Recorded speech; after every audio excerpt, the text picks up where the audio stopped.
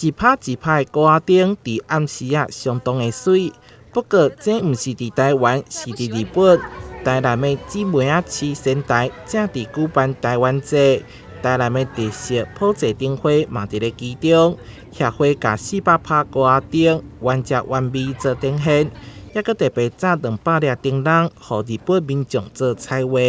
絵も上手だし、なんかすごく作り込まれてていいなと思いました。この台湾のランタンちょっと見ることってないので、ちょっと楽しみでちょっと来てみました。すごい感動です見れて。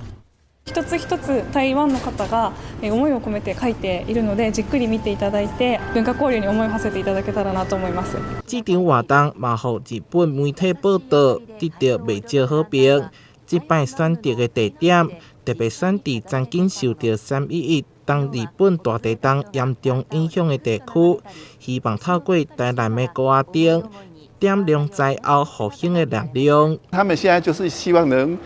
这个活动不是只有一次性的，然后他们希望是说，可以长期交流，然后他们当地的这个团队也一直希望我们可以再跟他们有进一步的合作机会，然后甚至可以说把一些技术啦，或者说灯笼的模式跟他们教他们这样。两地透过文化进行交流，市长柯伟霆嘛相当肯定。展示时间到8月29日，期间文化局嘛规划布袋戏表演等系列活动，丰富文化内涵。台南新闻综合报道。